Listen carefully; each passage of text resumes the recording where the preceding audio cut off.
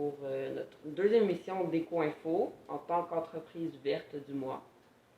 Alors, question comme ça pour commencer. Qu'est-ce que c'est Éco-Réno? Euh, Éco-Réno, c'est un centre de réemploi de matériaux. On n'entend pas souvent le mot réemploi, souvent on entend recyclage. Mais le réemploi, en fait, c'est de donner une deuxième vie à des matériaux qui sont encore utiles.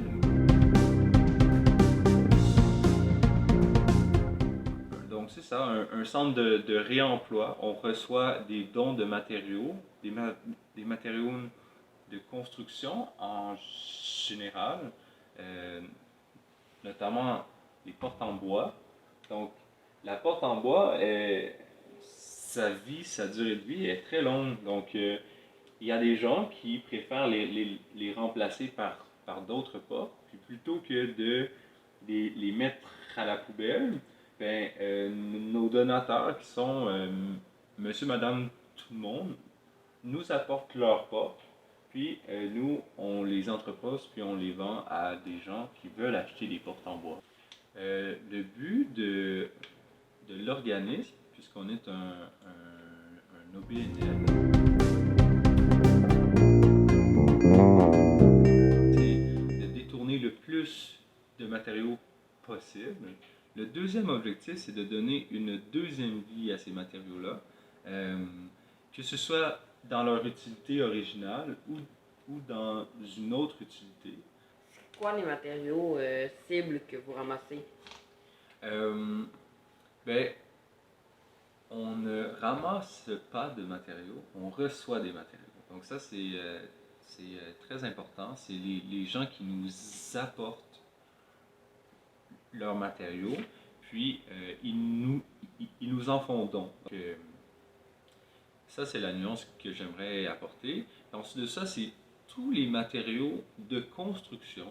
Donc, on entend des matériaux bruts, ce qu'on retrouve dans les maisons, dans les commerces, des fenêtres, des bains, de la quincaillerie,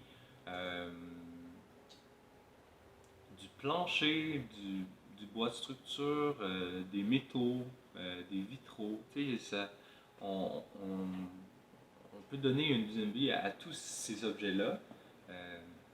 Donc, on accepte tous les dons qu'on juge réutilisables et qui sont susceptibles de trouver preneurs. Vous avez dit tantôt que ça faisait un an, je pense, qu'Éco-Réno a commencé. En fait, ça fait plus de 2 ans, donc 2 ans et demi qu'il y a une nouvelle administration et un nouveau propriétaire. Donc Éco-Réno, ça a débuté au tournant des années 2000. C'était un monsieur qui faisait ça de passion. Euh, de ce que j'ai entendu, de ce que les gens me rapportent, il était à l'éco-centre Rosemont et il récupérait des portes que les gens allaient jeter parce que lui, il trouvait ça dommage de jeter des matériaux, spécialement des matériaux patrimoniaux. Donc, des vieux meubles en bois, des vieilles boiseries, des vieilles portes. Donc, ça a débuté ainsi. Ensuite de ça, il a loué le local ici, qui est le local original, et ça a duré jusqu'en 2020. Ensuite, en 2020, Architecture sans frontières Québec a fait l'acquisition d'Éco-Réno pour en faire son centre de réemploi.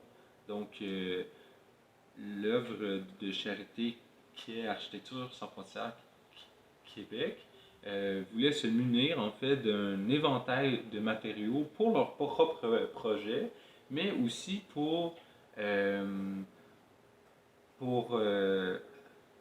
aller dans la même direction que leurs objectifs à eux, qui était de revaloriser des matériaux. Donc, ils ont fait l'acquisition d'Éco-Réno au tournant de 2020, je crois.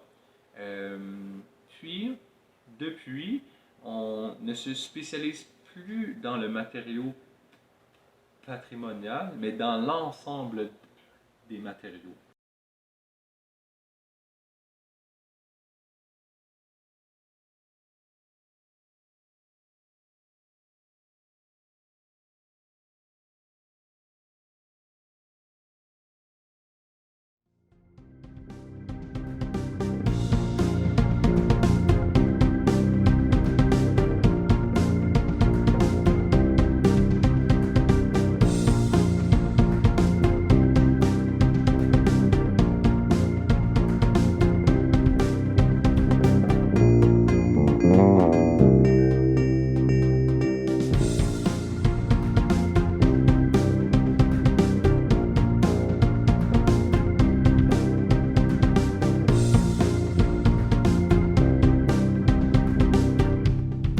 Merci d'avoir regardé cet épisode d'Éco Info. Pour plus d'épisodes, abonnez-vous à notre chaîne YouTube.